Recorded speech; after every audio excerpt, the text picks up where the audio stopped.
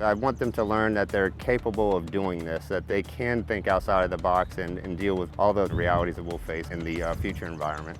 This Iron Nomad exercise will prepare civil engineering and the mission support group for future wartime realities, because we're going to have to know how to operate in an environment where we don't have all the tools that we're accustomed to, we don't have all the personnel that we're accustomed to, and we're going to have to think outside the box and be able to adapt to whatever environment's in front of us.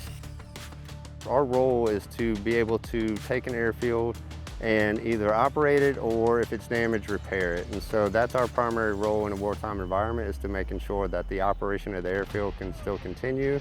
And so that's kind of what we're really exercising here today. We're making sure that we can do this without all the standard equipment that we're accustomed to and without the perfect scenarios. The benefit of working with these different squadrons tied in with civil engineering is that we're going to be asked to do things where we're out of our comfort zones and out of our normal routine, especially when it comes to security, when it comes to being able to do another AFSC skill set and being able to do it quickly. And we're doing some thorough training today to get ourselves more prepared.